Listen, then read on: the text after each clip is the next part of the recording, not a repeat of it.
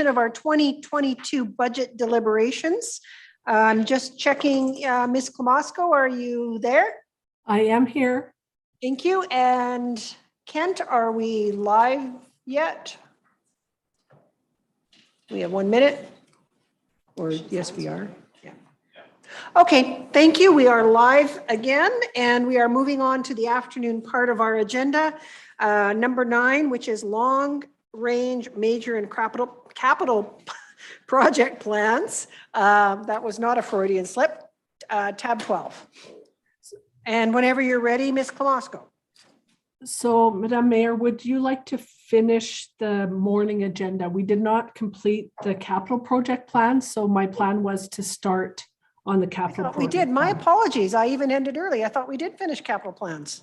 We only got through the major project plan this morning. Okay, so tab 11. That's right, and it's behind the next sleeve of blue paper. Should be your capital project plan. Apologies to council. Nobody stopped me, mind you. I did. Okay. Whenever you're ready, and again, apologies to everyone for my oversight. Someone should have stopped me. So the next item for discussion is the 2022 capital project plan. So we do have a summary document in the binder that just provides the total requests that we have for capital project expenditures, breaks it down into the type of project, whether it's other, road and bridge, or utility, and then breaks down the funding sources that were going to be used to fund that program. So moving to the next page, we have the detail to those amounts. And Ms. Klamosko, we have had an opportunity to work through these in a workshop. Is that correct? That is correct. Okay, so we will walk through them with CP001 whenever you're ready. Okay, so the first project is the replacement of Firefighter self-contained breathing apparatus. And this is a year 2 of 4 initiative. So we did start the replacement of this in 2021, and this would be the second year implementation. Any questions on that project? Questions? Seeing none, move on, please. Okay. The next one is the replacement of a fire engine. There were some questions posed to administration from council at our workshop. I will defer those questions being answered to our fire chief when he comes in to do his budget presentation next Monday, just because there are some more detailed operational details in his response, so that he'll be best to answer any further questions that council may have. So we do have those original questions noted, and he will come with answers to those. All right. So the next project is the gravel box for tandem truck. So there was a question posed at workshop for that item. So the questions that were asked is, why do we need an additional gravel truck, and what is the strategy for its use? So purchasing and installing a gravel truck bed on this unit will allow us to utilize this truck far more than what is being used in the summer months with the water tank.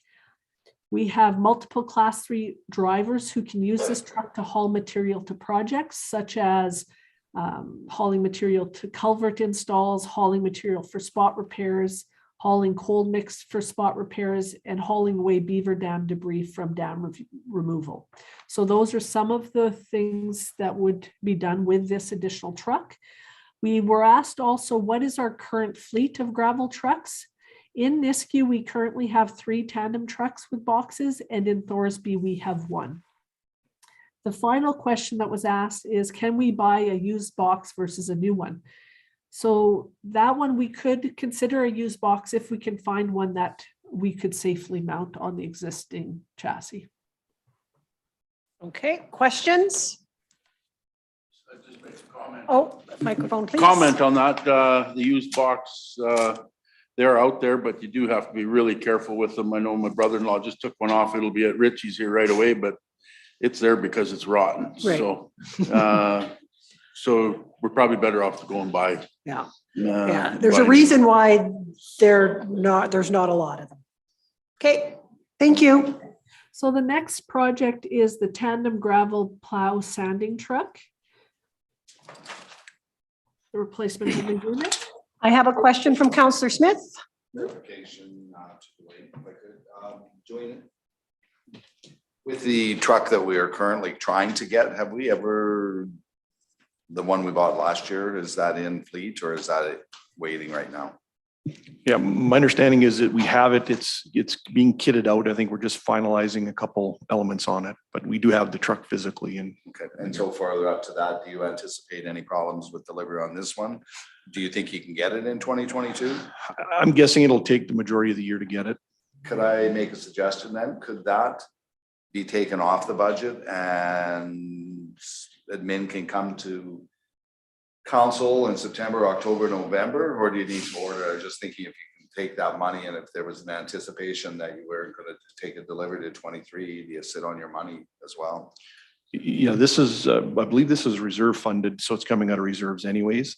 It would, I mean, probably the sooner we order it, the sooner we get it into the fleet. So you gotta pay, you have to pay for it and then. We they'll pay order on, we pay on delivery. But On delivery, not on ordering. Okay. Okay, Okay, that'll probably take us out of the okay, game. thank you. No, good questions. Thank you. Go ahead, Ms. Klamosko. The next two projects are for motor grader replacements. So there had been some questions asked on those projects at workshops. So we had mentioned how we have 9,000 hours on extended warranty. So the question was, what's the cost of that additional warranty? So it is $8,710 for that additional warranty. And then the next question was, what have we put through as warranty work? Is the extra cost of warranty justified? So some examples of the work that we have had done through warranty are all the fluid and oil samples during the warranty period.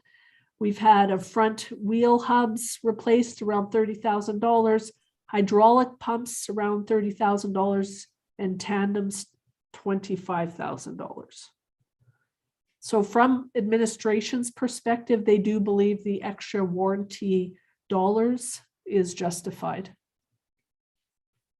Thank you. Any further questions on the graders? I'm seeing no hands.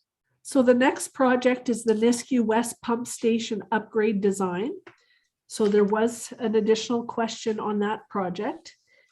So the question was, do we need the information from the capacity assessment in order to complete the design? No, this project involves the design of the replacement upgrade of process controls, such as system automation, sensory capabilities, building mechanical and electrical replacement upgrades, and site improvements. Recommendations from the capacity assessment would be related to pumping and storage capacity. Okay. Questions? Thank you for the answers to those. Okay. So the next project is the Kavanaugh Wastewater Lagoon Renewals. So the question on this project was, have we ever done a lagoon renewal in the past? If so, when? So yes, we have done lagoon renewals in the past. We did do a new Sarepta lagoon renewal in 2018. And that project consisted of sludge removal, repair of bank erosion, manhole and outlet weir replacement, and fencing replacement and repair. Okay, and again, we did talk this morning about the capacity for development around our hamlets. So this would feed into that, I would assume, information that we would have then about Kavanaugh, correct? So the lagoon replacement is the renewals is around doing that operational maintenance requirement. Yeah. Yep. Okay. Any other questions or comments? Okay, moving on to 09. So we have a replacement of a quad. Another question was posed on that purchase.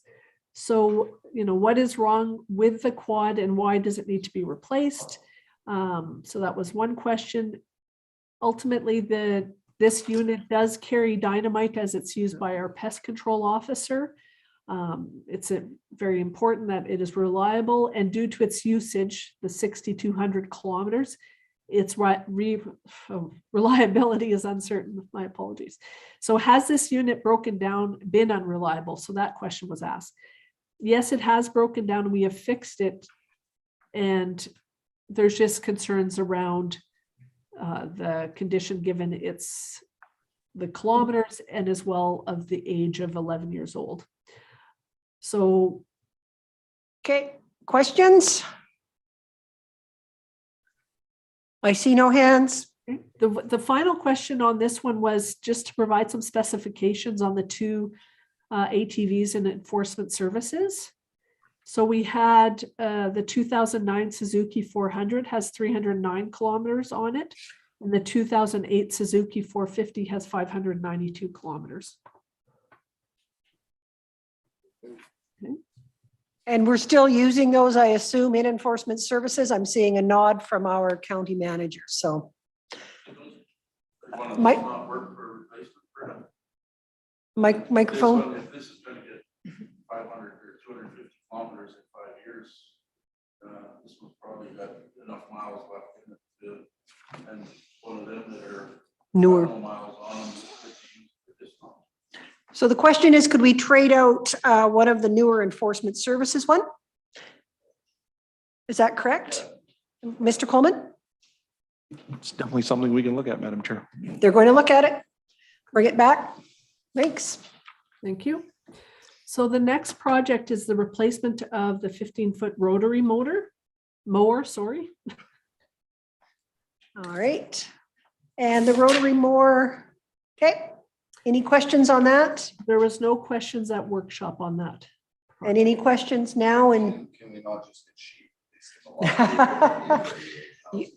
you need to watch the show Clarkson Farms to see that sheep are not the answer to mowing fields. Councillor Balazer, do you have a question or Just a comment? simple question. Is this article being traded, or are we keeping the old one and this is the price of the new one? Oh, it's a trade-in amount of $500. Yeah, well, that's what I'm Or wondering. 9,000, sorry. Oh, well, that's a different story. Following the right line in mind. So there is an expectation that this would be traded in, and that there is a sale value attributed to that. All right. All right, I see no more hands up. Okay. The next project is a mower replacement within the Parks Department. And this is for safety, correct? The new one would have a roll bar and more safety features, is that correct? That is correct, that would exist. It's also a commercial grade mower as opposed to a residential grade. Okay. Questions on mower replacement for parks? Seeing none. Bridge program. So those, I'll maybe just defer the bridge and road just because we have detailed schedules to those two projects. So Absolutely. I'll skip over and go over to CP 014, which is the Wildland Meadows Wastewater System Project. And then the next one is the roadway surfacing project. So this was a request coming from the residents of that area. We are looking at putting the work together for a potential local improvement tax to be levied to the residents in this area who would benefit from these projects specifically. So that work is being done currently. So this is showing as debenture. So ultimately a debenture is drawn. Should this go forward, we would draw a debenture for the value of the projects to pay upfront for it, but we would recover the expenses for these projects through multiple year recovery from local taxes from the residents in that area. Okay, Councillor Smith, microphone, Just a please. Process question, of course, this, sorry. I did speak to the residents. We didn't give them any numbers. I did tell them to look in the budget today. As it is now public document. I think they'll probably go with the wastewater system, the $1.2 million for the road. I think they were looking at maybe 700 grand. So that one they may not go through. What is the process of approval? Let's just say they go with just the wastewater system. How would we go ahead with the debenture? When do we know if the project is going to go ahead? And just give me the procedure. Thank you. Madam Chair, members of council, so we'll be bringing a local improvement plan forward for council to approve. Once that is done, then the local improvement plan is presented to the residents. They have an appeal or a petitionable period of time in there. They can petition against the project. If we don't receive a petition against the project, then it's imposed. And so we would then prepare the local improvement borrowing bylaw and ratify that, and then the project would commence. Okay, if I could do one follow through, please. Absolutely. Through the Chair. Again, just talking to their organization, it looks like they would like to do the wastewater. So they'll have the ability to come in, say they didn't want to do the road, they'll do a signed petition not to do the road expenditure. Because they petitioned for both, Yep. Uh, they'll have to now petition against the road.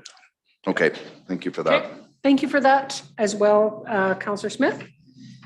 All right, are we going to go through the unfunded projects or are we jumping to bridge and road? I will speak to the projects that are not road and bridge related in terms of the unfunded projects, and then we Thank can you. cover the unfunded road and bridge projects when we go to those summaries. So the first one was the Sunnybrook Wastewater Lagoon renewals. So so we had, when we were at workshop a short time ago, we had this Sunnybrook Wastewater Lagoon renewals. We asked engineering in terms of priority, what project would be of higher priority, and they did identify Kavanaugh as the highest priority of the two lagoon projects. So that is why, just given funding constraints, we have moved this one below the line. And again, we're in no issue with the condition of the lagoon right now. It'll serve the residents that are there at least for another year or so while we put it off. Is that correct? That is correct. Thank you. Continue on. The next 15th Avenue Storm Pond Outfall Replacement. Again, after our previous workshop, we went back, just given the realities of looking at, the workload of project management and balancing and presenting the budget.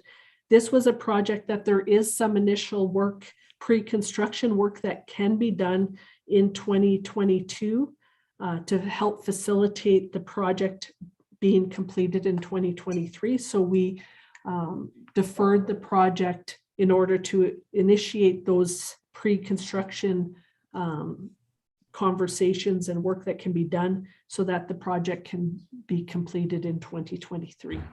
Thank you. And those pre-construction costs and discussions are within operating then? And Yeah, don't need a There's no budget dollars associated with it. It's engagement with certain individuals on the project.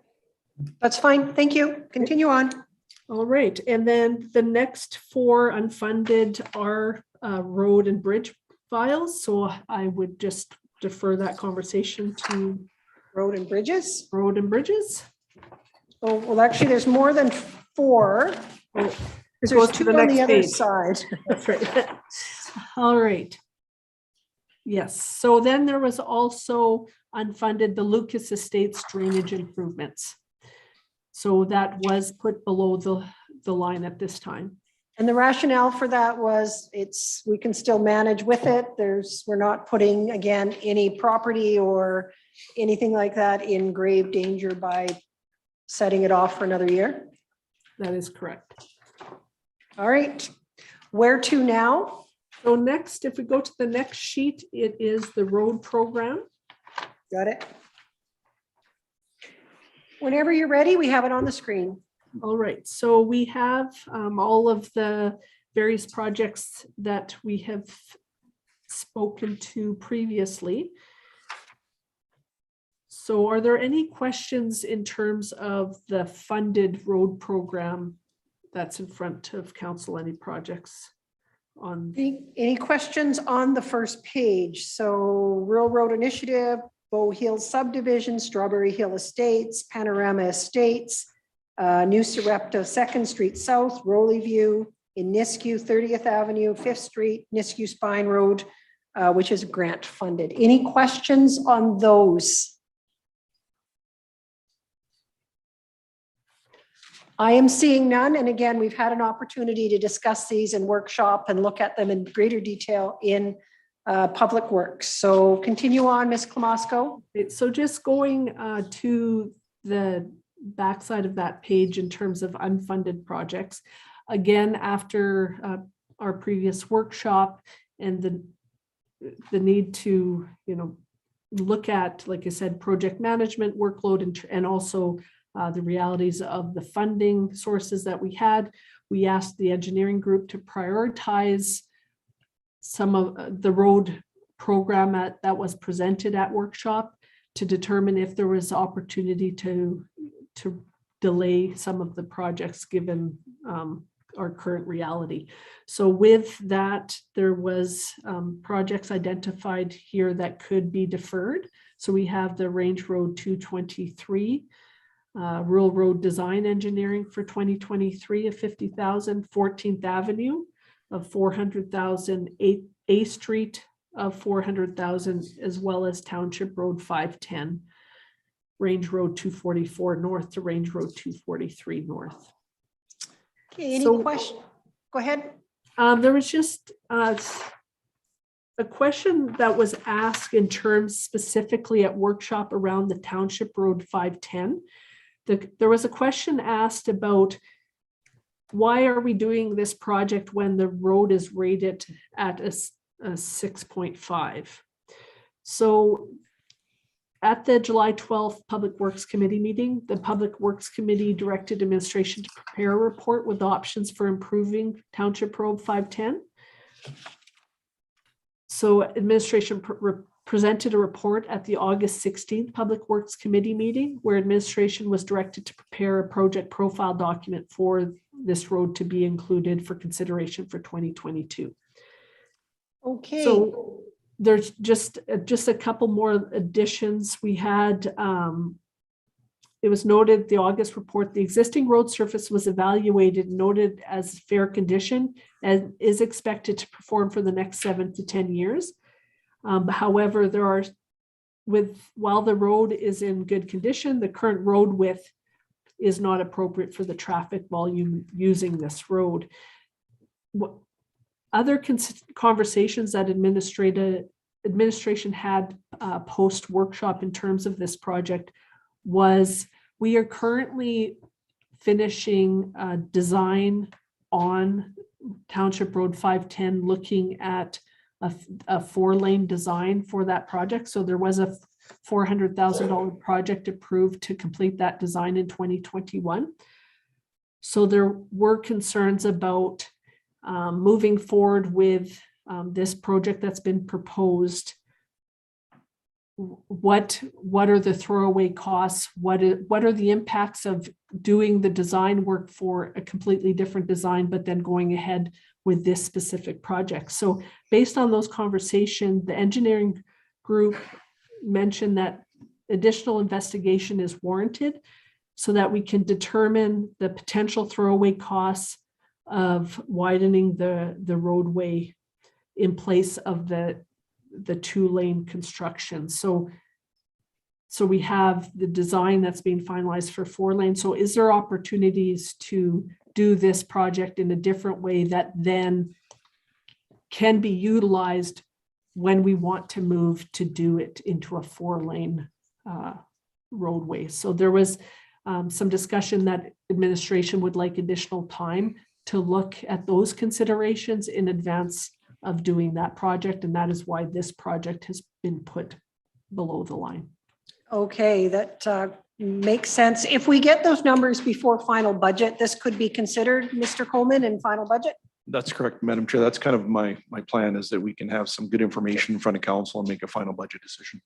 Perfect. Thank you very much. Any further questions on those items, those road programs that have been removed? I am seeing no hands up. On to the bridge program. Okay, well, just quickly before we move on, just the item of note 1, it just provides a good summary of information that's contained within the operating budget that also is going towards roads as well, just because when you start totaling the road program plus these operational costs, just then you have a true picture of our investment into our road network. And note one demonstrates a $4.7 million investment in operating, including graveling, dust suppression, street sweeping, line painting, and those types of things, which are also an investment in our roads. Thank you for pointing that out, Ms. Klamosko. So going to the next summary, there's a map of the road program in your binder, but the document after that is the bridge program. So currently we have 8 bridge files in the program for work to be done in 2022 for a total bridge program of 1.544. And we have one bridge that we have as unfunded and subject to grant funding, and that is bridge file 72265. That is $880,000. And just a little bit of information. So our bridges are inspected provincially every 56 months. That's me just trying to remember that. And then from that, we create our own maintenance. Is that correct? Yeah.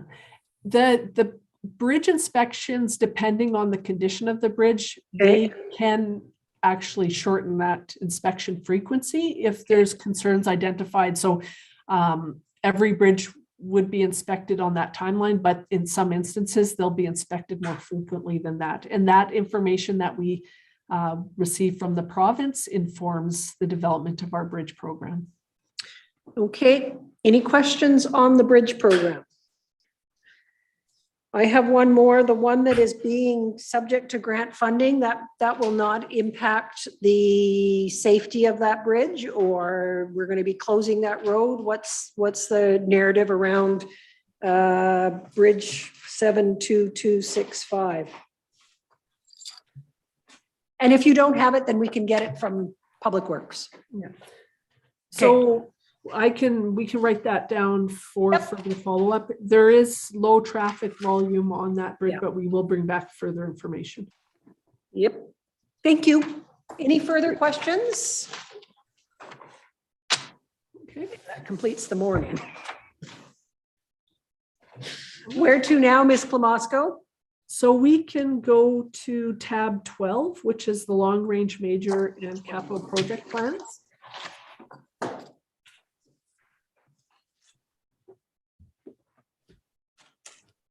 Okay. So the first page within that tab outlines 2 sections. We have a capital project plan for the 10 years, and then the major project plan for a 10-year forecast. We've identified potential funding sources to fund these various expenditures, and you'll see that we have identified funding gaps. So this is where, we have put administrative time into the development of these longer range plans, just because we feel strongly that by looking into the longer term, it allows us to make better decisions for the current year budget, just because sometimes there's impacts in the incoming or upcoming years that have should be considered when making decisions for a current year budget. For example, one thing I would highlight that is a significant impact to us as an organization is the reduction or the elimination of the Municipal Sustainability Initiative grant. While we're going to see a change of that grant program into the local government fiscal framework in 2024, historically, that has been a very consistent funding source that we've utilized in our capital project, but you'll see in that first box under grants that in 2024, Municipal Sustainability Initiative grant goes to 0, and that funding had reduced substantially from our allocations of years past, which was more in the range of over $5 million. So those are some of those considerations that by knowing that certain grant funding streams may not be available to us in the future, we have to recognize that in the decisions we make for 2022. And the MSI, the decrease in MSI is not just Leduc County, that's for all municipalities? That is correct. Okay, thank you. Any other questions? Just Go ahead. Councillor on the Scobie. bridge, just going by, sorry, on the bridges, the first one, okay, where did it go here? The first bridge file we got here, was that not done last year, like on 2021? I thought that was funded and expected to be done here. I haven't seen any work on it yet, but it was supposed to have been done. We will look into it. Can we get that back? So just bridge file 02099. Yes. Okay, we will bring that information back for you. Okay. Councillor Lewis? Thank you. I'm just looking at your, on your estimations for your long-range plans. Can you tell me how you come up with the estimated sale or trade-in values for the next few years? So if a piece of equipment, if we're budgeting to have it replaced, there were estimates created in terms of what that sale value or trade-in value would be for that unit. So these are estimates that were put together when the long-range plan was developed. So if we knew we were buying a new fire truck in 2025, then we knew we would have a higher trade-in, that type of thing? Yeah, so, you know, if we're replacing a grader, we put dollars in for a trade-in value on that grader. And then all of those pieces of equipment kind of add up to those numbers that you have here. Thank you for that.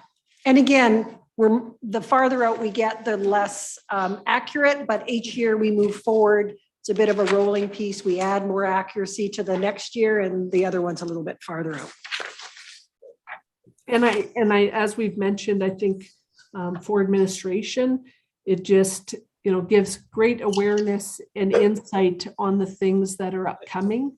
Yes. So that we factor those impacts in as we make decisions every year. Absolutely. So the one thing I was just going to highlight within this section of the budget is that there was a couple of those changes made. One, we've already talked about going to the 10 years versus the 5. And the other piece that was done was we separated out tax funded departments versus utility funded departments so that we can get that clearer picture of the things that we use tax dollars to fund versus utility projects that are utility rate supported. So going through the tab, we have the next, so that's the overall summary of the capital project plan, a major project plan. Going to the back side of that report just shows the funding gap with what we have identified in these plans. In 2023, for example, we have $7.2 million, 2024, 4.486. So then you can just see how the various projects through the year are affecting in how we, are funding available for those various projects.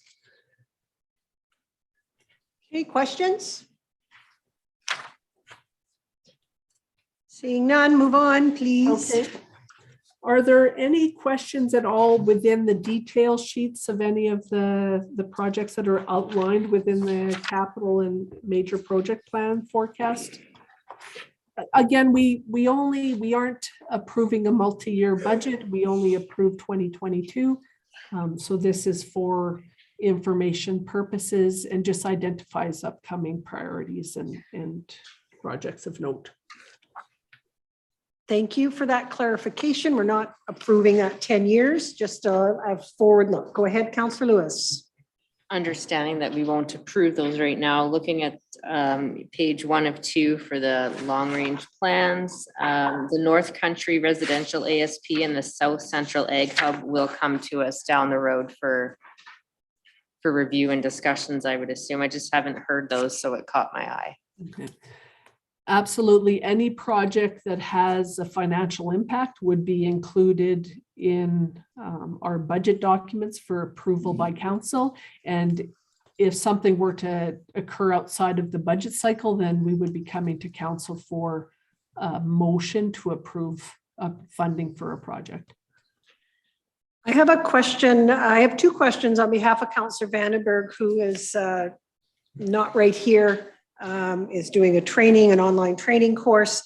And the first one is related to, and it's a timing question, the Genesee ASP update is scheduled for 2025.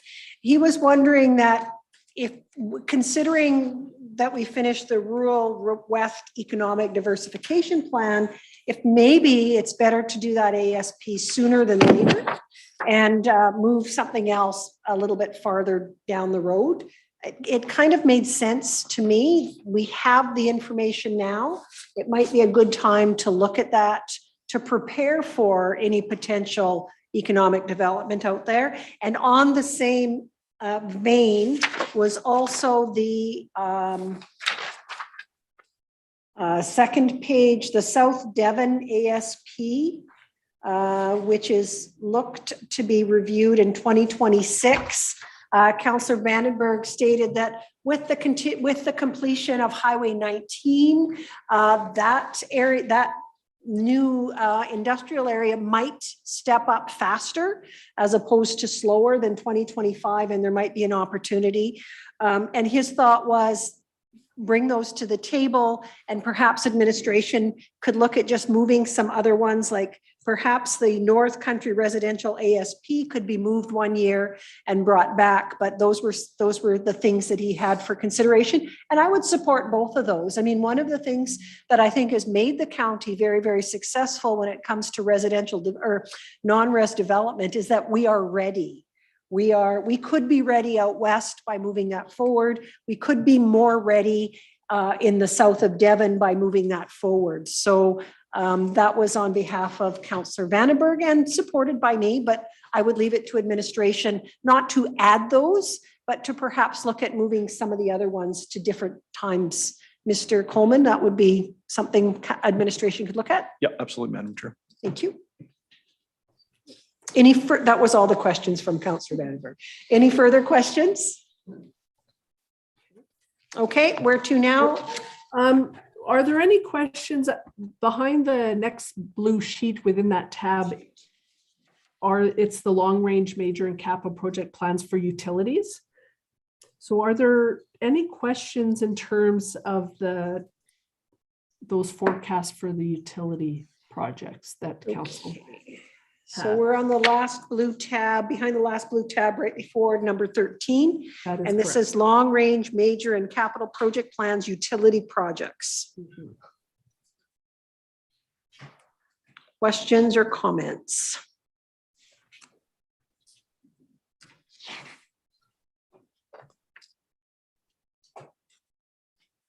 I am seeing none at the time. We could have more as we move through the process. And we'll bring them up then. Where to now? So the next agenda item is going to the corporate plan, which is tab 3. Okay. Tab 3. Yes. Corporate plan.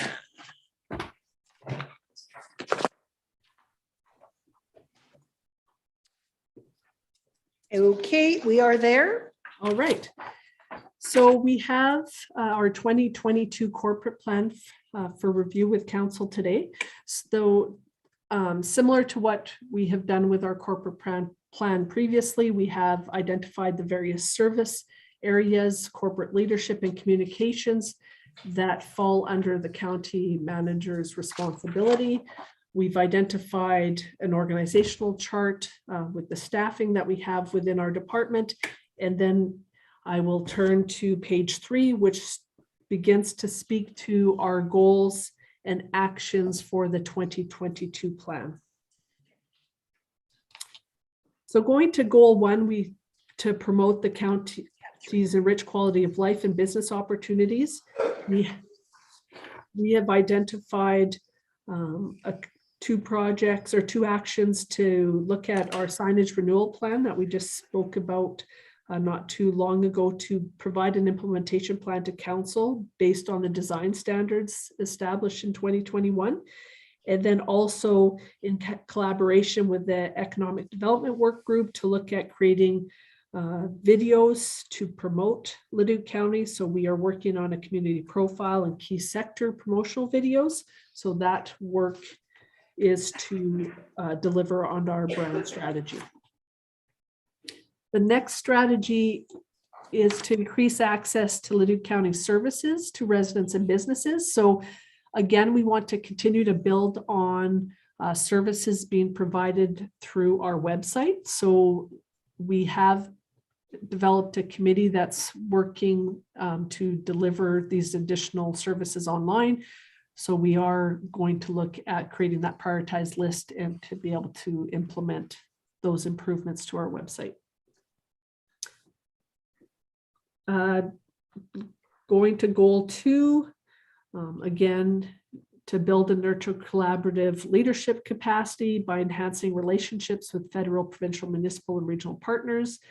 We spoke about the need to create an advocacy plan established with council, really to list those areas of importance to us, key issues that we want to discuss with other levels of government. We also want to work with regional partners on regional initiatives. So we'll continue our discussions with the Village of Warburg in terms of the provision of fire services, as well as our continued support to the Edmonton International Airport through the Air Services Opportunity Fund. I have a question here because these are new initiatives. So I was wondering around the support for that, the new collaborative economic development group through the spinoff from EMRB, if that is also a new action to support that, or we've just assumed that would be folded under EMRB. Thank you. Madam Chair, we've just assumed that under EMRB process. Thank you. So going to goal 3, we want to encourage public participation in local government. So it's around the information that we've gathered in 2021. We want to develop administrative procedures to establish groups of citizens for representative participation techniques and really develop that criteria of when this is utilized and how we do that process. We also, on the next action, when we made the commitment to start live streaming council meetings and governance and priorities meetings, the request was made in the council motion that we prepare a 1-year report on the live streaming and its impacts and the participation rates. Okay. Going to goal 4, we have again ongoing evaluation of our municipalities' levels of service. So within that first action, it's always that continuous commitment that will review organizational structure effectiveness. So one of the deliverables here is that we have developed in 2021 a fleet management strategy.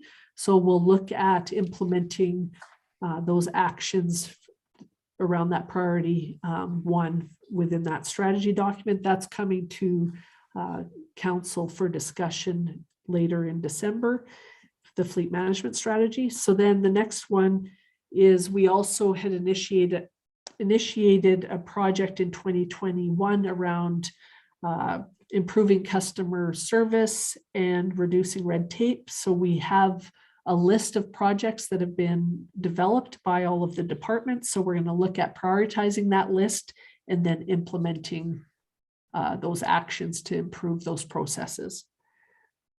The next strategy, again, it's the ongoing evaluation of our fiscal management practices. So we still are working on the review of the tax revenue sharing agreement with the City of Leduc. That is a carryover from our 2021 corporate plan, as well as that commitment to continue to advance asset management practices in the organization. And I spoke to these 2 documents this morning around that asset management program, really to advance some more asset management within the organization. Going to the next goal, we want to build that corporate culture that inspires staff to excel in their roles and contribute to organizational success. So we continue to be committed to doing a staff satisfaction survey every year. So based on the feedback we receive from that survey, we would create an action plan, and then our commitment is to complete those actions that we identify. Question, sorry. And I'll wait till the end for others, but on this one here on the employee satisfaction survey, which is a really good idea, how do you make it two-way though? One thing for the employee to say how they perceive things and the fairness of it all, but is there a connection to their supervisor or director for that two-way qualification of that process? Mr. Coleman. So the staff satisfaction survey is an anonymous survey, so we gather all the data and create themes and elements of it. The detailed information is shared with the senior leadership team. We developed a plan together with them. The other piece to this, obviously, is we get their feedback. Part of the mechanism to complete the loop is obviously the evaluation, the annual performance evaluation of the employee, those one-on-ones, where employees have the opportunity to speak to themes or issues that they have individually with their supervisor, and the supervisor has the opportunity to speak back in that way. That's kind of the element we use for that back and forth. But the survey itself is anonymous, and we want to generate real information from them. So the feedback loop with the survey obviously is the action plan and the things we're going to do to carry that out. As I say to all the staff when we meet with them, the way to measure us is through that action plan, and are we carrying out the things that we committed to in the action plan. And then annually, hopefully, our survey results bear fruit in that they see that there's a commitment from the senior management to do things from what we hear from the staff. And obviously that should move the bar of satisfaction, albeit there's other external elements that we don't have control over, such as COVID and all those other environmental things. But by and large, that feedback should be reasonably captured in our action plan deliverables. Councilor Manaber? Yeah, I mean, I see and that's good. The one-on-one has to happen. I almost see the survey as being kind of a temperature taking, a knee-jerk opportunity that gets qualified. You have to be able to qualify it in some capacity. And what I'm hearing is that one-on-one opportunity to really get into and understand. Okay, so it's just a pulse check. It truly is, because what happens is in the detailed analysis, we ask for comments, and if there's a specific issue, we don't know who that person is. But by and large, what should happen is when we share it with the senior leadership team, it's not that you figure out who the person is, but obviously there may be something specific that they can come offline, or there's enough awareness that through the one-on-ones of the evaluation process that some of those things can be dealt with. But it is at times a challenge in that the fact that it is anonymous, because we want that honest feedback. If there is one-off issues that we can't figure out what the issue is, the only mechanism is for that staff member to either come forward to their supervisor or someone higher up in the organization. And we encourage that when we readdress, we try to meet with all the staff, or I try to meet, Rick, Renee, and I try to meet with all the staff at least twice a year, if not more. And those are some of the things we speak to, that the survey is a moment in time. It's a measure of temperature. But if you have a specific one-off issue, you need to let somebody know. Okay. Continue on, Renee. Okay, so the next strategy is around commitment to effective health and safety programs. So again, county manager's office participation in various meetings. That's been a priority for the last number of years. Going to goal 6, it's enhancing communication practices. So we've identified looking at our current practices and opportunities for our newsletter creation, as well as a social media strategy. And then goal 7, supporting council with your strategic planning process. So some work to support that. And then goal 8 is redefining a transit strategy. So doing that work that's needed, given the transition we're moving towards, completing that transit needs and feasibility study. And we would be collaborating with the engineering department to complete that work. Okay, thank you. Any further questions? Councillor Vandenberg? When I walked in the room, you talked about the video stuff, but I didn't read where that strategy was. That was an example of one of the strategies. Which one was that?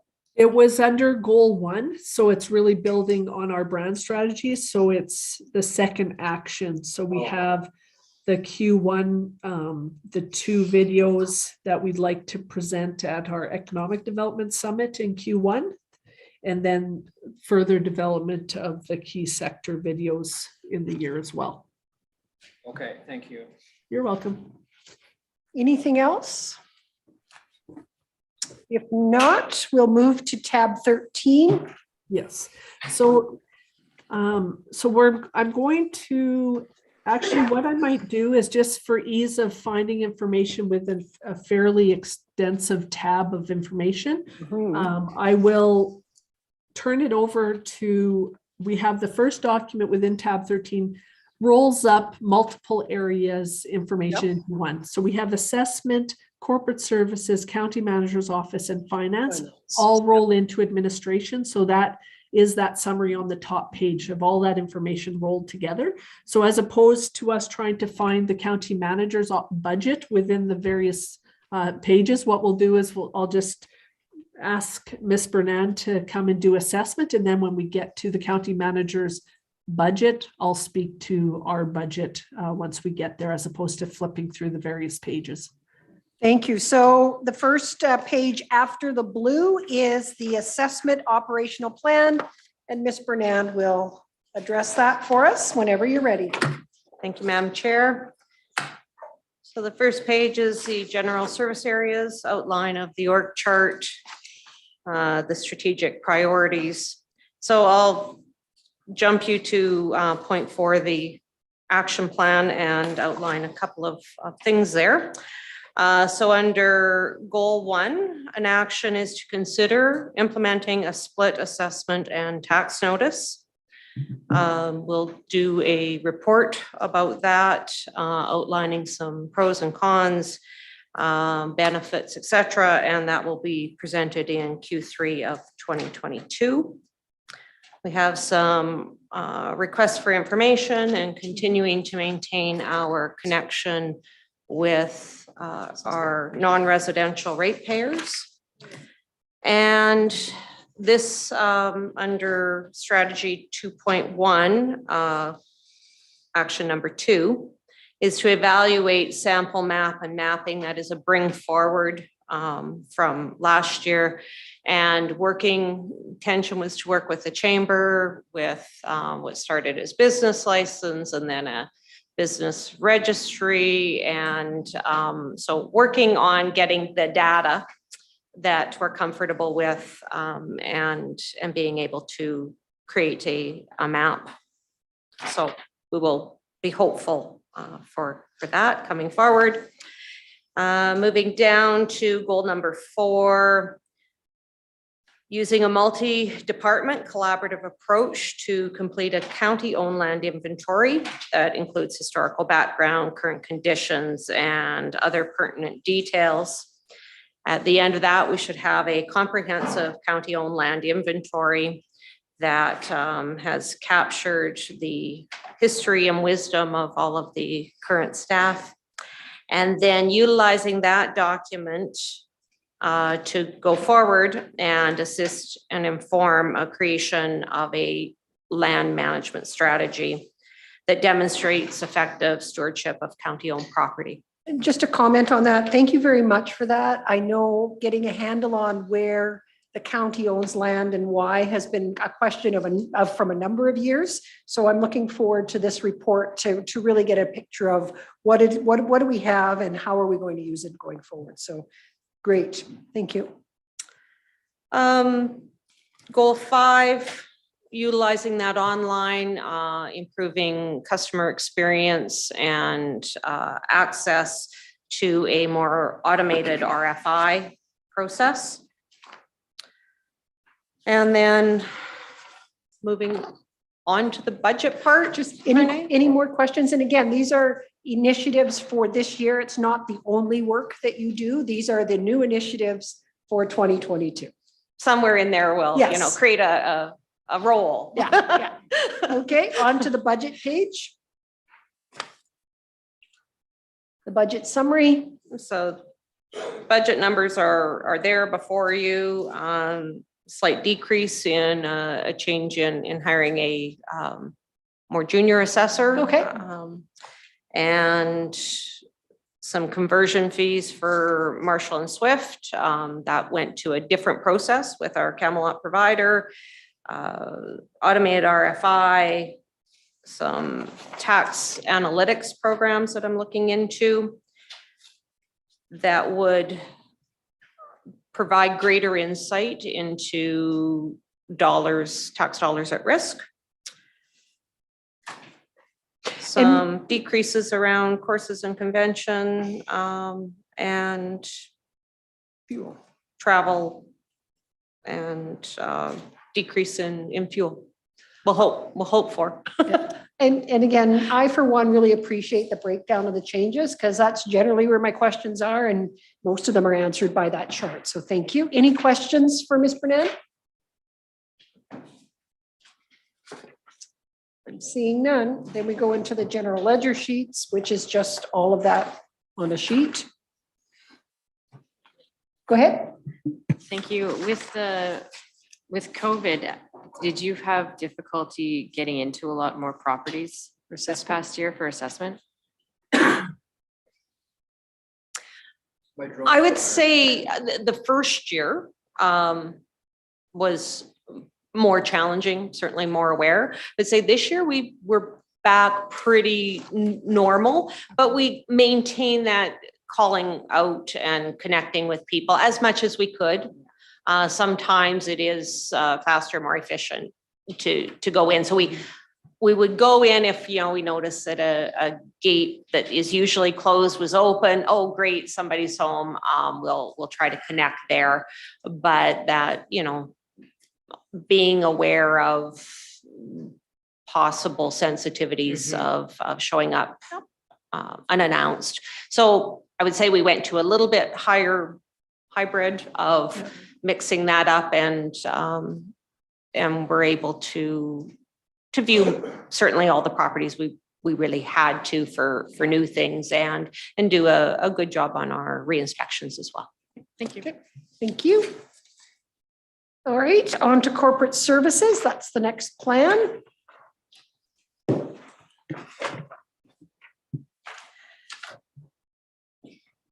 Ms. Weiss? Madam Chair, if you could allow me to go through kind of corporate services to show, I know it's been a while since everybody has seen these, so I'd just like to kind of show how the flow of these documents is running. Okay. And corporate services is a great one. So first, of course, you have your operational plan, which each of the departments is going through, each of the directors. Then on the financial side, what we have in this front top sheet is the total tax dollars. So at the top, you'll see in this budget summary, you have your operating budget, your tax dollars, which matches with the service summary below. So that's all, anything within their operating budget, does not include major or capital project plans or new initiatives yet. Then we take and we add in, you have a row for major and capital project plans. Again, these are only tax funded components. Then you have your new initiatives. Some departments have new initiatives, some don't. At the end, what you come out to is your department total, which will tie back to your tax dollar summary, that long document that has all of the detail. That in turn then ties back to the big long 11x17 sheet. So that's how the top component of this page works. Then you have your services summary. Now this breaks out each of the services. So each service has a detailed page behind it. Now in Ms. Bernan's case, she had the single service, so there was only one page. Okay. However, in Mr. Pudlowski's case. Said with confidence. Clearly, I call him that all the time. He has several services, so you'll see this front page summarizes all of them, all the way back to your 2020 budget, your 2020 actual, 2021 budget, and finally your proposed 2022 budget. And then there's some changes. So again, as we get to the details, they're all within each individual page, and it all rolls up to this document, which rolls up to all the rest of them.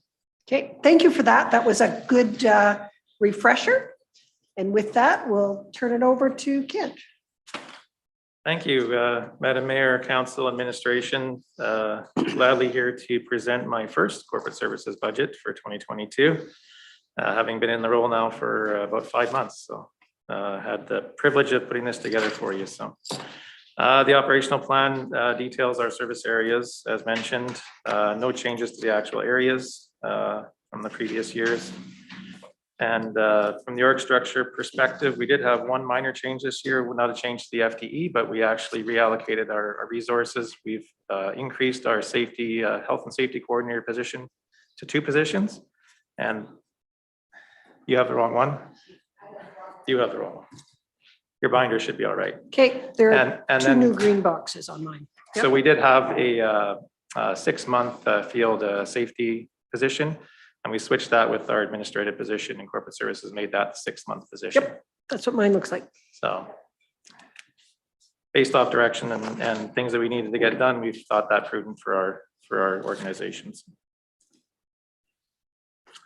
On to the action plan. Our goal 1, strategy 1 deals with leadership development and training strategy for the county. So actions here to identify the gaps in our current leadership training, research programs and opportunities that would best meet the county's requirements, and then of course have a strategy and recommendation ready for training later on in the year.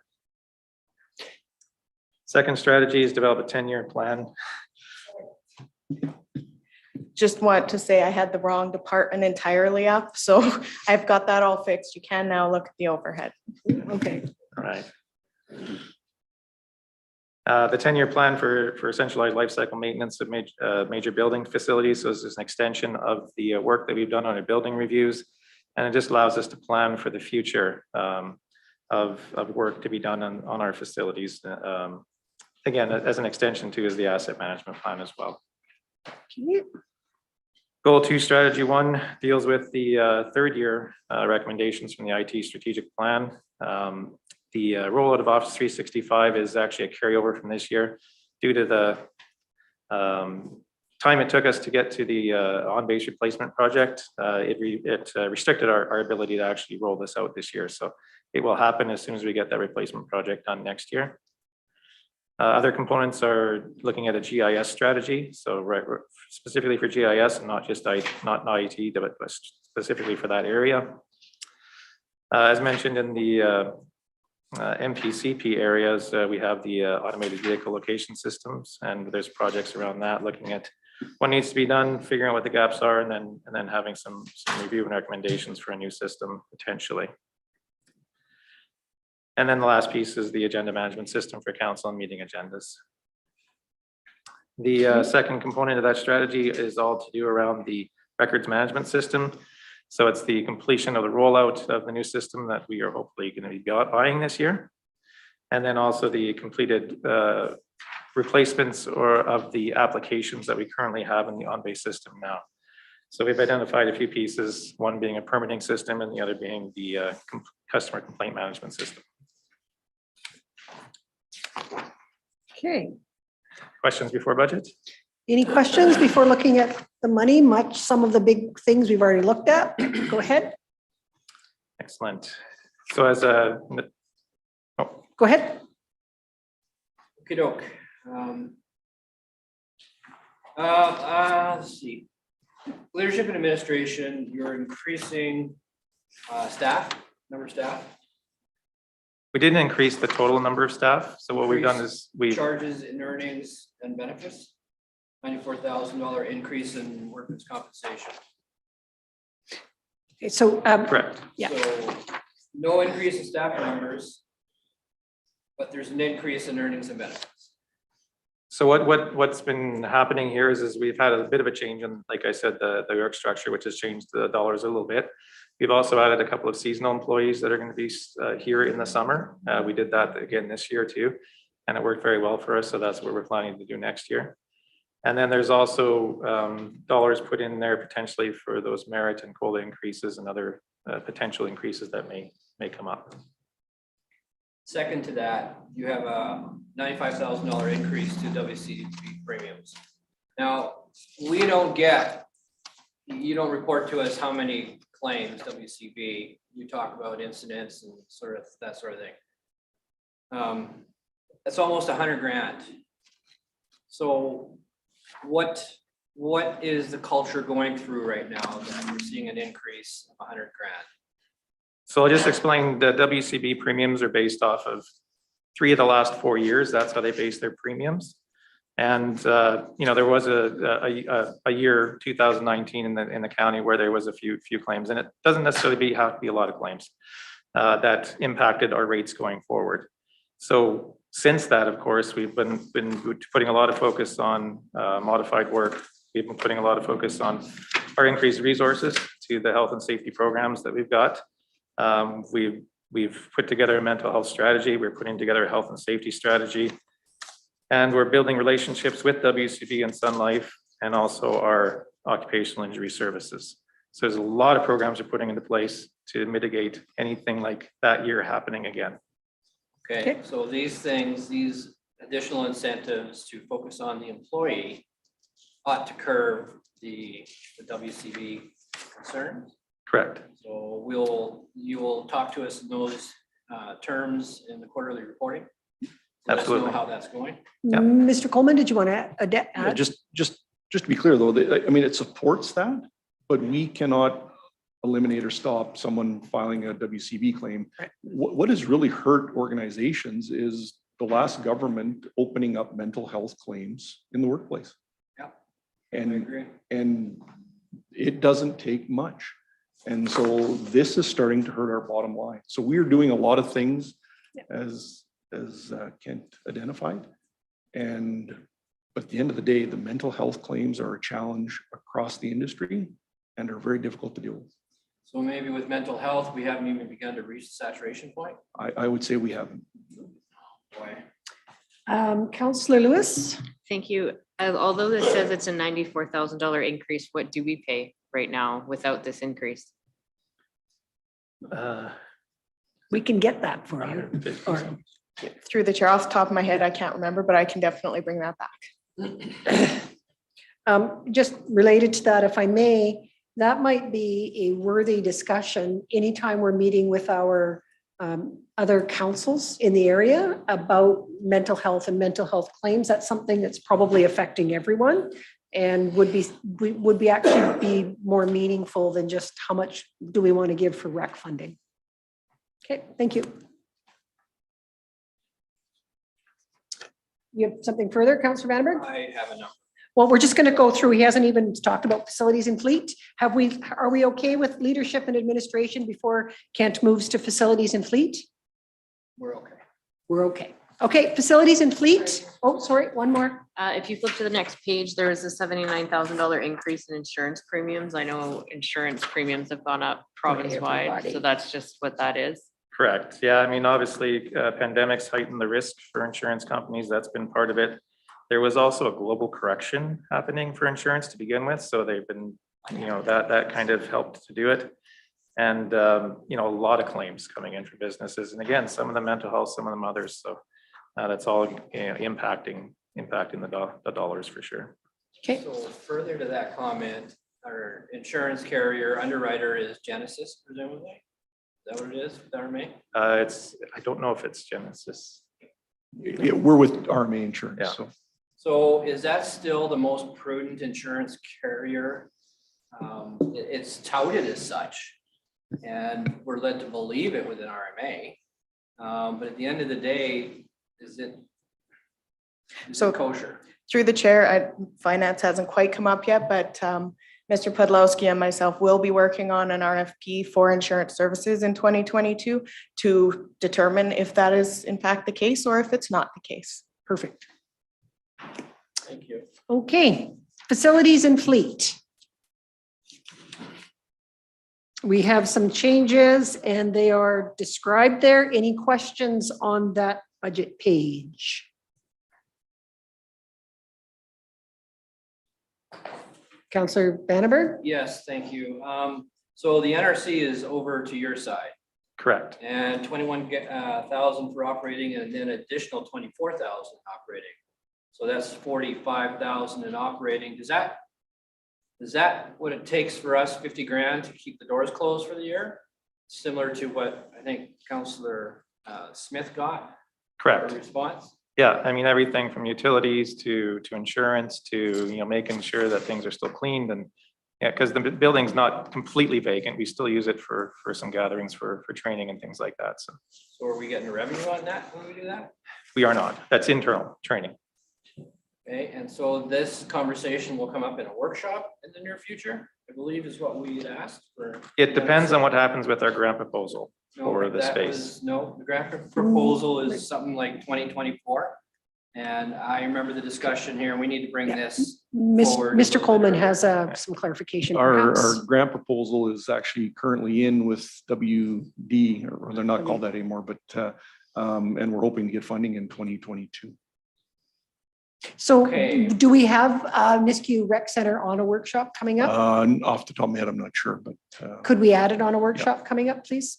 Yeah, we need to have a conversation around that because 2024 was the funding date. I'm glad to Okay. hear that 2022, but I think we need to have a conversation around. Yep. Just to make sure that council is okay with the plan, and is there a plan B? I certainly would enjoy that conversation. And I think that the options that were brought forward were seen by council to be very fruitful. It's just about getting them started with the seed money. That's true. Okay, any other questions on facilities and fleet? GIS. Questions here?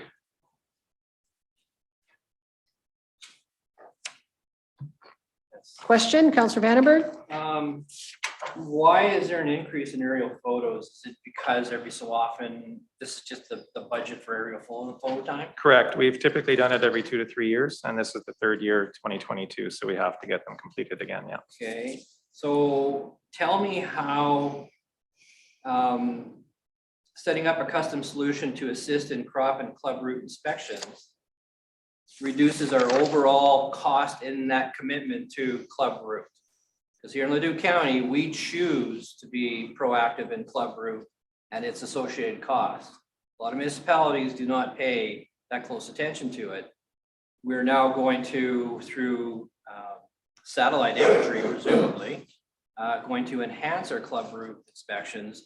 How does that get us the same quality of information, but for lesser dollars? I'm not sure of any tie-in to club route and the aerial photos. I think they're completely separate. Okay, you're saying we've created custom solutions to assist crop and club route inspections. Those Created a are tracker. collection apps based off of our Esri software, our GIS software. So that's more of a GPS based tracking. So we know what fields have been We know which inspected. fields. Yeah, yeah. Okay, so Aaron and his group actually tie into that and use Correct. that as reconciliation for Yeah. what they have and so on? Okay. And that's been ongoing for a while, or is this something new that he No, it's been ongoing. has instead of putting a tack on the county map? No, those apps have been in progress for a while. Yeah. Okay, thank you. Okay, health, safety, wellness. And you did talk a little bit about the additional safety training as well as, just the safety training, not so much about the mileage reimbursement for work travel. Any questions on this page?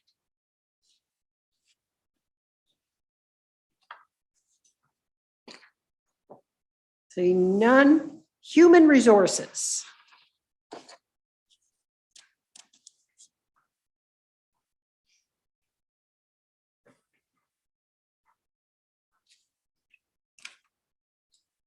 Go ahead, Councillor Lewis. Can you tell me about the $4,000 increase to service awards? So it's just our estimate based off who's getting service milestones for the next year. So this is just if they get the 20-25 years, it's the monetary amounts that they get with those reaching those milestones. Okay, Councillor Vandenberg? Just curious in your safety program, and this is kind of the old school, but I'm just curious if you've adapted to it. Back in the day, it was number of safe accident-free days. And you would, as a group, you would tend to want to celebrate that. And then there was rewards that went along with it if you achieved so on, such and so forth. Does that way of thinking still work today? Yeah, and we are actually working on a program for recognition of safety. So those are factors that will go into that. We haven't determined exactly what they are yet, but in the next year, we definitely will figure that out. Good. Okay. I'm seeing no other hands up, so information technology.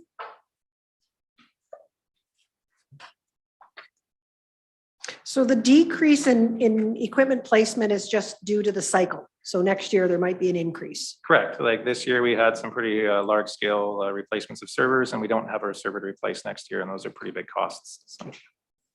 And that is the expensive part. Yeah. Any other questions on IT?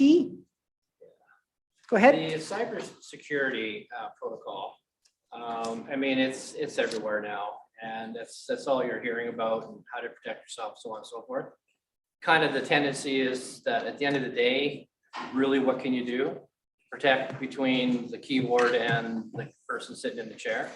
And so these audits, do they give you value and confidence that, and I don't know why anybody would want to pick on good old Leduc County cyber attack, but if you do, you're done for being ransom or otherwise, you're kind of hooped. So this audit or this consultant or whatever, does it give you some degree of security to perform that? Yeah, absolutely. This biannual audit, it's a review of our security controls that we have in place. We do change our infrastructure from time to time too. So like this year we replaced Wi-Fi. So it's a good time to again do another review to see if everything we've done with that Wi-Fi is secure.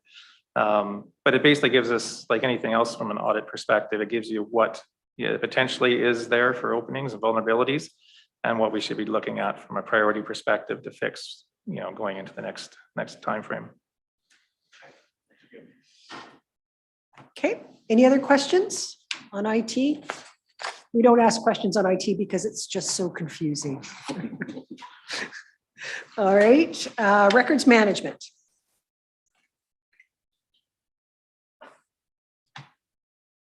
Do we have, for all of our departments, I don't know, I've just lost the words, how long you have to keep each record before you destroy it? We have that already, so we're not just adding to the file boxes, we're actually moving through them, moving some stuff out, and record retention schedule. Correct, yeah. So we are reviewing all those schedules to make sure they're still accurate, of course, Yeah. as we're going through this, and much more like classification. They have things called metadata, all this sort of stuff that fits into the records side of things that we're working on.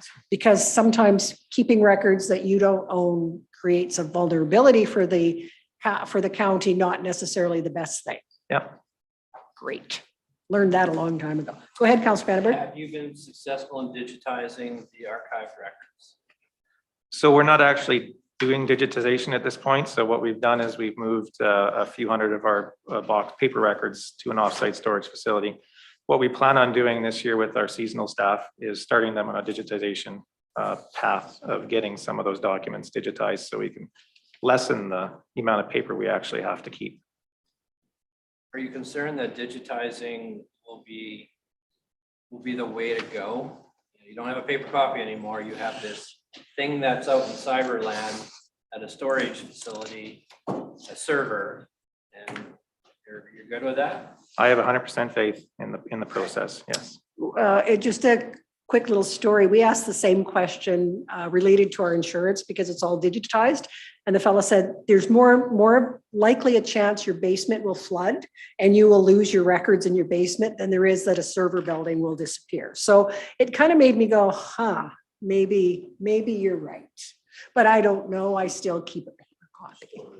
Yeah, store it in the attic. You don't have your servers somewhere on the west coast, yeah. It's not in Abbotsford. Good. Okay. And then we have the GL, which is a very detailed look at it. Thank you very much for that, Kent, and really appreciate you taking over corporate services and at least the confidence you give me when you come and talk to us. You know what you're doing, you have the answers, and we have all the confidence in your new role that I'm not sure we actually celebrated. So congratulations and thank you for your work. Thank you. On to finance. Are we finance? Actually, the next section in the binder goes to the county manager's office budget. I was looking at the wrong paper. On to you, Dwayne. On to you, Renee. On to you. Who's doing this? I will be doing the presentation. All right, got her. So Third we time have- lucky. That's right. So the first page is just that high level summary of the budget for 2022 in comparison to 2021. But if we turn to the next page, we'll get into the detail with some variance explanations. So within the county manager's office and corporate leadership, we do have the more substantial increases within earnings and benefits. We have postponed the discussion related to earnings and benefits to later this afternoon at 3 o'clock for the in-camera session, where we will speak in more detail in regards to earnings and benefits across all of the budgets across the organization. But there is one position that the county manager's office has proposed as a new position, and that is a term position for a strategic projects coordinator. So we'll be discussing that in further detail within our earnings and benefits discussion. In the 200 series, which includes legal costs, we have increased our budget for legal for 2022. So that is the majority of that variance. And then we just had a very minor, within all of the budgets, as I work through the development of the budget, we look at the actuals of all of these various line items and adjust them to align with actuals. So that's done throughout with the budgets in every area. Any questions on corporate leadership? Any questions on that part? Just around your legal comment, do you anticipate some interesting activity for the upcoming year? I noticed last year you came in quite a bit less. Or in 2020. Yeah. We are anticipating some additional costs related, requiring legal support for 2022. So that increase. We can talk about that in camera if we want after. I think I know what it might be, but yeah. Okay. Somewhat of a smile on your face. Yeah. Okay, thank you. So the next page is the service area of communications. So we did have a decrease to reserve funding, as one of our projects in 2021 was reserve funded. So you'll see that variance there. And then we just, again, through that review line by line through the various budgets, we've decreased some costs based on some costs that were in the budget for the citizen survey. And then also some increases to equipment to align with actuals. So some minor changes there. Very small change. Yep. Questions? Go ahead, Councillor Lewis. Thank you. Does this include earnings and benefits for the communication staff? No, all of the earnings and benefits for the entire county manager's office staff are within leadership, corporate leadership.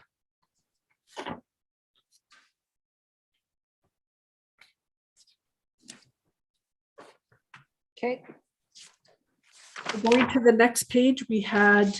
Hang on, got one more. Sure. So communications is a tough one, especially in this day and age with reaching out to our residents and so on. And the Chronicle is really very cool. But the ability to go on the website and then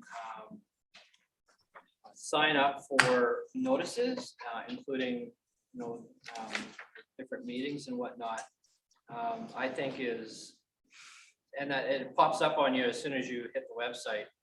Are we seeing a nice steady growth in that as a way of communicating? Because what worries me is these other ways on Facebook and Twitter and that sort of thing. I just don't feel that they're really effective, particularly for age groups such as mine. I'm just wondering, are we seeing a steady increase in people signing on? And if we don't know that answer, can we get to it? Because again, I know in my family, we follow that and it's helpful. So I don't have the specific numbers in front of me right now in terms of, right now we have that pop-up window that's, Yep. when people go to the website, we're trying to get them to look at that and sign up on topics that are of interest to them. So again, one of the things in our corporate plan is around that newsletter strategy. So I think that, when we do that project and we examine how we can now start providing information to these lists that we are building upon, and then hopefully with time, we can continue to build because people start to see the value of being on these lists and start to see some of the actions out of what we can do once we have these lists available to us. So I can definitely find out what we have seen in terms of submissions and sign up for those sheets and bring that back for information for you. Yep. Thank you. I don't think it's not part of our budget deliberation, but it is around information and ensuring that we're reaching our customers. Thank you. So going to the next service area was elections. So we have completed our municipal election for the next number of years. So we have reduced the budget to 0. Woohoo. I'm sorry, was I really happy with that? Okay. All right, and then the GL sheets. Now we're in finance. Whenever you're ready, Ms. Weiss. Okay. Good afternoon. So yes, we are in the finance budget. So we basically have two service areas, which will be reflected throughout the package. Our financial services, so that's kind of our day-to-day, the budgeting process, financial reporting, accounts payable, accounts receivable, all that fun stuff. And then our second service area is our administrative services. So we oversee some of the centralized purchasing, so the coffee, the postage, audit services, those type of expenses. So there was no change to our organizational chart. So it remains the same. And into department goals. So essentially we have 3 finance department goals. The first one focuses on that long-term financial and organizational sustainability. The second goal looks at the organizational support. So a big part of the finance department is providing organizational support to everybody, to all the other departments. So that's where that second goal focuses. And finally, my third goal relates to department specific goals. So what does the finance department want to achieve in 2022? So under goal 1, we have enhanced long-term financial organizational sustainability. Okay, I gotta move that, sorry. Continue to enhance the long-range capital plan by incorporating some of those asset management principles that we've been talking about. How do we bring those together? This year was very focused on separating the plans into the tax funded versus the utility, making it more useful information, focusing on some of those funding options. Whereas next year, what we'd like to do is really look into it and how can we integrate in some of those asset management strategies and principles that have been being worked on for the last couple of years. So making that plan more useful. The second action that we have is to collaborate with the utilities department. It is the year for the utility rate review. So 2022 we'll collaborate with utilities and do another utility rate review similar to 2018 when we did it then. So And again, because we have the same council, We've gone through that process. It should be a little bit expedited, I would assume, because we understand those pieces. So looking forward to that. That was a great process. Yeah, so that's on strategy. The last one on strategy 1.1 is just to update the corporate credit card policy. That's one that's up for updating. Okay.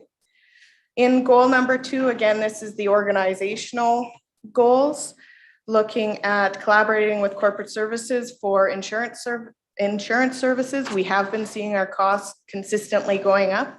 This is an area that corporate services and finance shares. So we're going to work together to look into insurance, determine if we're getting the best bang for our buck. Could I just step back for a second, Ms. Weiss? When we talked about the corporate credit card policy, considering the incident that we had with electronic signatures, do we have a policy on electronic signatures? Do we need one, and should it be done sooner than later? So as part of the signing authority, we had in there that electronic signatures, that we needed original signatures for opening up bank accounts and contracts. So for example, signing a grant, but there was nothing specifically in there for electronic signatures pertaining to anything else. Mr. Coleman may be able to. Mr. Coleman, thoughts on that?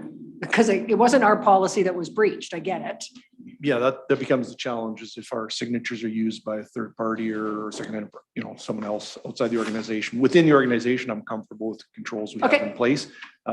Externally, I'm a little bit disappointed, actually. I'm very disappointed, but thank you for that. And I'm comfortable going ahead. You're welcome. Our strategy 2.2, so still under that organizational, is to work with departments to establish internal workflows to facilitate online payments. So as our website starts to get going, for example, we have our tax installment payment plan. You can now sign up for it online. You can order tax certificates and pay for them now online as of Q2 of 2021. So finance intentionally was the first one to do it, to start to roll out some of those processes, make sure there was adequate internal controls in place to do that. So that's what that strategy pertains to. And so then we could extend that into planning. If I'm building a deck, I can do my permitting online. I can pay for my permit online. I don't have to come in. Absolutely. Perfect. I've heard lots of requests for that. It's nice to know that we're moving, and I can tell people that. And well, we don't pay for those. Okay. Go ahead. He's good? No, Okay. we're good. We're good. It was something else. He sneezed. Under goal 3. So again, this one's specific to the finance department. So we'd like to increase service levels by expanding some services that are offered out to customers. So the first one is to enhance customer service by expanding some payment options. So we'd like to look at accepting credit cards for some eligible revenues. We have some disconnects as far as you can pay at the counter with a credit card for some things, but then when it gets invoiced, we can't accept a credit card. So aligning that, providing more services to customers, I think it'll help a lot with collections. We get a lot of, can I pay with credit card? Yeah. And historically we haven't. So I think this is a great win. And the second portion under that is to implementation of processes that enhance customer service. So we'd like to look at automatic payments for utilities. We get a lot of requests. Can you just automatically take it out of our bank account? Right now we can't. So would like to look into that, providing more payment options. That sounds great.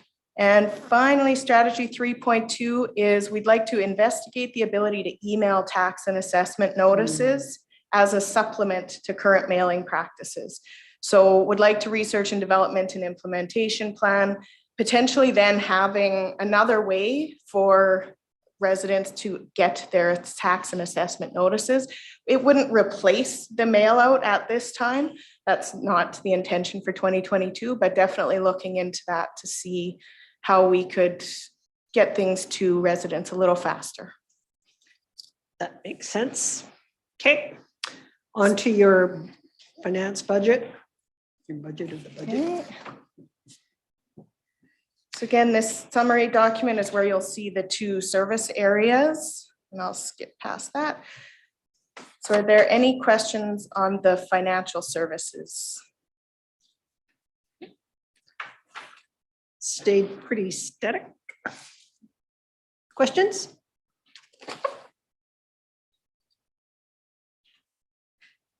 the one highlight that I can focus on is there was a $30,000 decrease to our financial software annual maintenance. So that was a nice surprise. How So- did that happen? It just did? That's Yeah. amazing. I mean, software never costs less.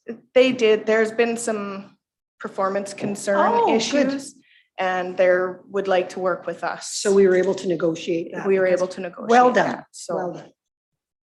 Oh, I thought maybe you switched over to Apple from Microsoft, but I guess not. Okay, finance, admin service?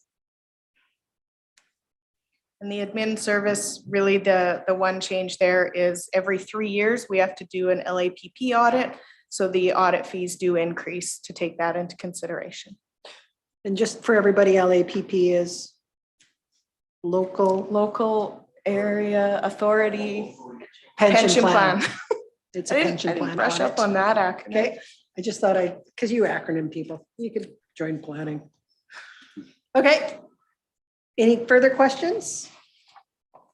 Seeing none. Thank you very much. On to fees and charges. So if Tab- we go to tab 9. So Tab if we- 9. yeah, tab 9, and right after the bylaw, you'll see administration fees and charges. And the red are the changes, The correct? changes, yes. So we just clarified some of the wording in relation to NSFs on the tax installment payment plan, and then just cleaned up a couple things that were repetitive within this fees and charges schedule and clarified. Okay. Any questions on that?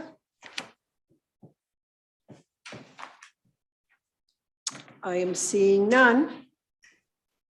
With that, we're going to move to item 12, which is an in-camera